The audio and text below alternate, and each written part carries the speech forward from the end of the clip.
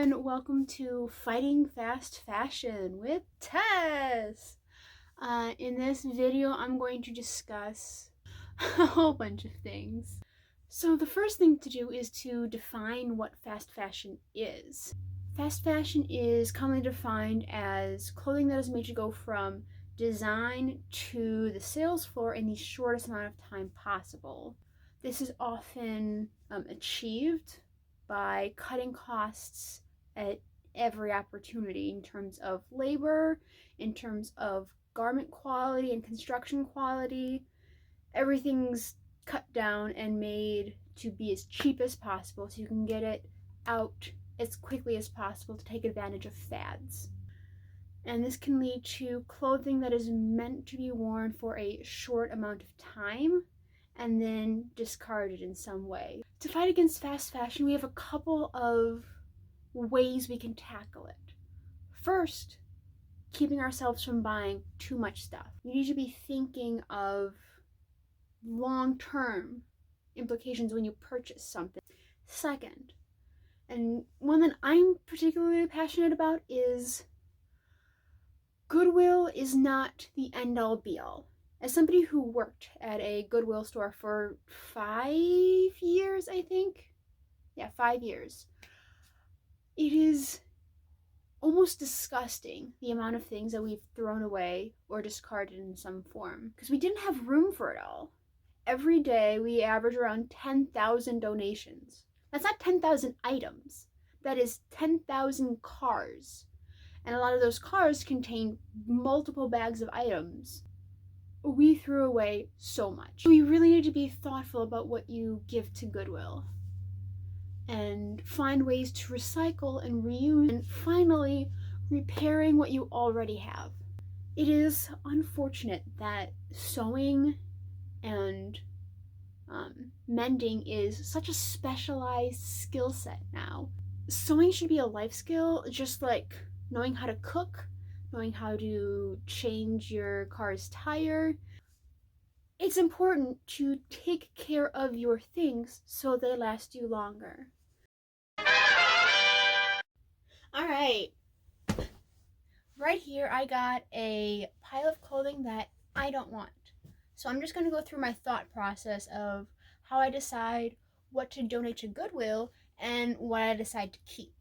So first is a 3-piece suit that my friend gave to me that is way too big for me. Instead of tailoring it, I know that I'm never going to wear this. So Alone Tux itself, unless it's like a more name brand, I wouldn't donate, but a 3-piece suit, definitely.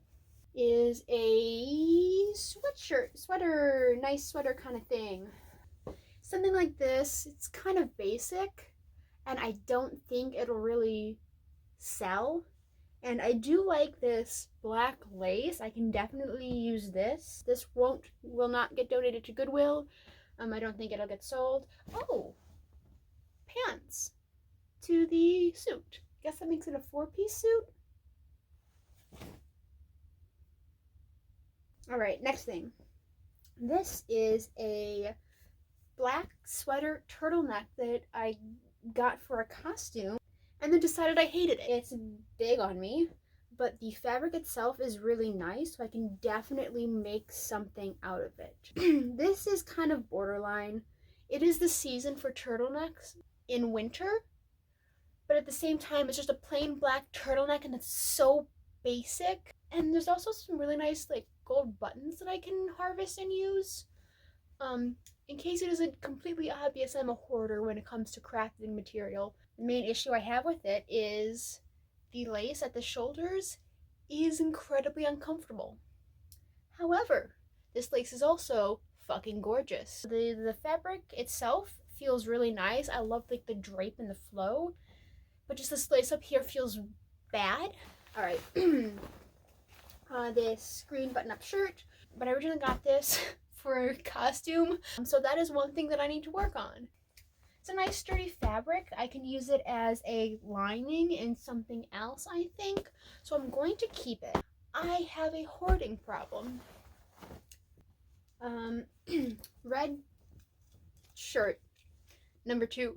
Again, it's a little too basic. I think what I'm gonna do is use the fabric from this to make pockets for one of my favorite red dresses. It does not have pockets, and I might later make a tutorial video on how to add pockets to things. Pink pants. I think pants of a nice color like this, I think that this is something that could sell. This, gonna donate it. Okay. It's like knit, and I like it, but it's not super comfortable. My stupid thought is to just take out all the knitting and use it as yarn. I say as if I don't have like a box full of yarn, that I said, oh, I'll use this later, and then never did. But my friend knits. That's what I'll tell myself. This was also given to me by a friend. This lace back here is so pretty. I want to do something with it. And I honestly don't think this will sell well. It's the sweater fabric is very thin and worn. I'll put this in a decide later pile. And now y'all get to see how big of a nerd I am with my diva cosplay. First of all, this just doesn't fit, but this is a popular character. I think I'll save this for like September to give it to them around September for Halloween. I would not donate mid-December, so this is something I'd also donate. So that's what I think about when thinking about what clothing to donate and what clothing to keep. I highly urge you to attempt to keep most of your clothing for something else. What might be helpful to those that are just starting out with sewing is to look through a pattern catalog at someplace like a Joann. Stuffed animals, booties, like boots for your feet. There's a whole bunch of stuff you can make with a very little fabric, which you can get from the clothing that you don't donate. Use as much as you can. The goal should not be to completely get rid of your waste, but to reduce it as much as you can. You cannot reduce your waste completely. Like the people you see that are like have 10 years of trash in a mason jar, they're fucking lying. I'm sorry that you had to find out this way.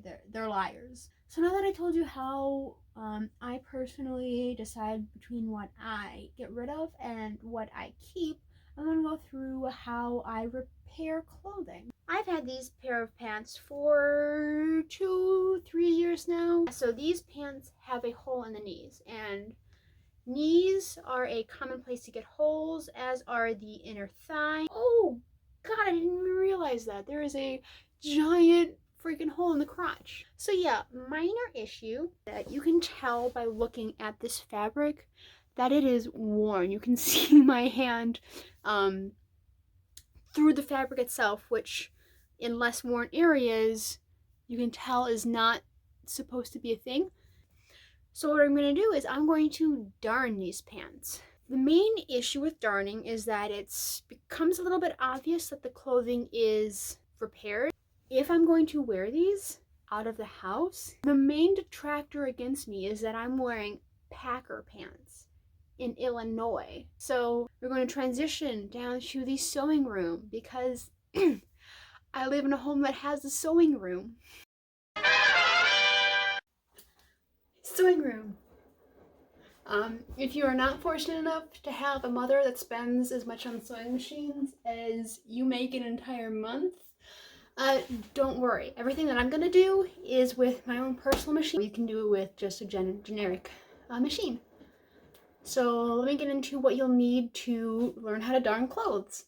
With the pants, I'm going to do 2 different methods of repair. One is going to be do its best to be invisible, and that is going to be the tear on the backside, because I don't want people staring at a cool thing on my backside. That's kind of awkward. But the other thing is sort of a in-your-face, standout-ish repair with, I had this fuzzy yellow fabric. Second thing will be a pair of scissors. These are fancy sewing scissors. You can just use regular scissors, and it's not required, but it's very helpful. This is called Stitch Witchery. It is essentially like two-sided tape for fabric that you iron on. I know you'll probably want like an iron too. So the first thing we're going to do is, so we're going to turn it inside out, and we are going to have the hole facing us. So then we're going to take the fabric.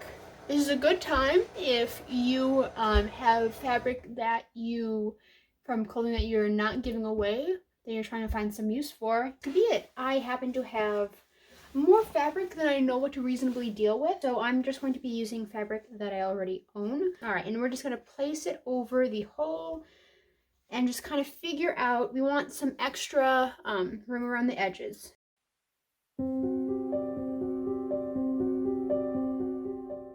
All right, you can see it's super janky. And then what we're going to do is we're going to use the Stitch Witchery to create an outline of this hole.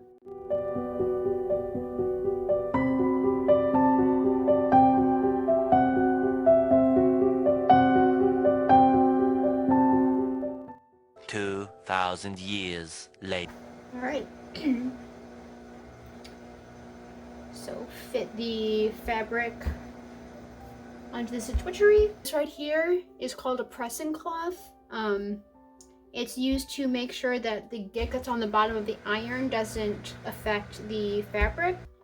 So we're just going to carefully press down the fabric.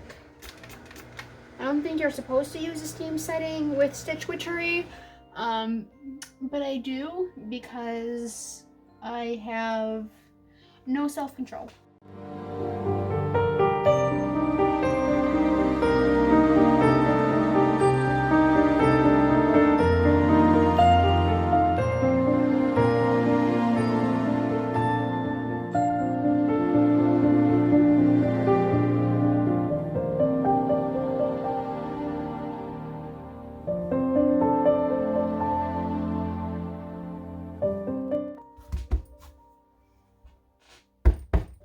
Alright. So for this you want the straight stitch of whatever sewing machine you have. And then I prefer to do this from the front side. You can do it from the back side, from the wrong side of the fabric if you so choose. I just like knowing what it looks like when it's done, before it's done. Just want to trace a rectangle around the rip.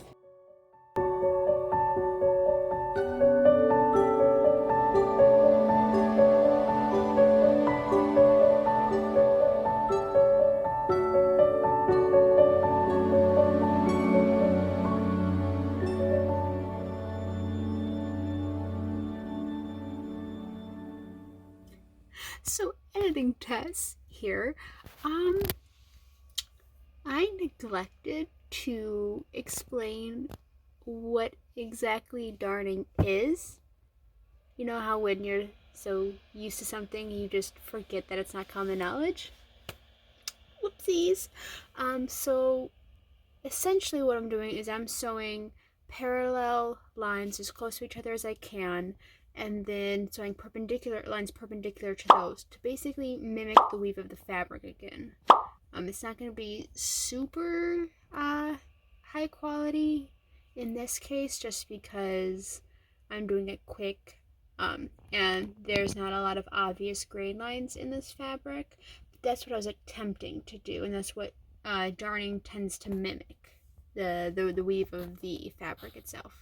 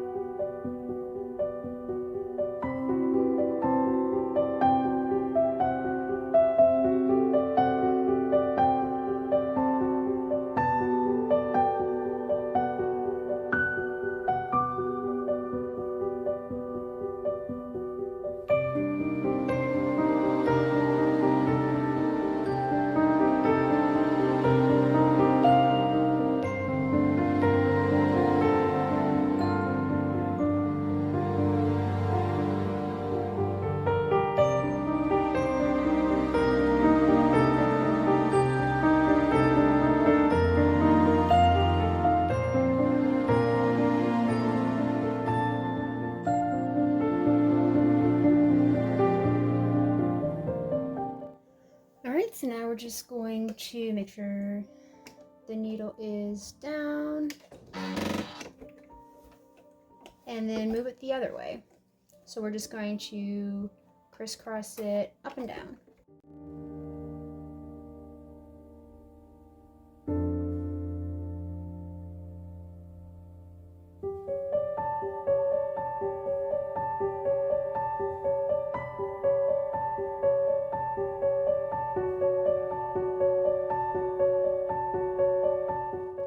Many months later. So now we have a nice repaired pair of Green Bay Packer pants.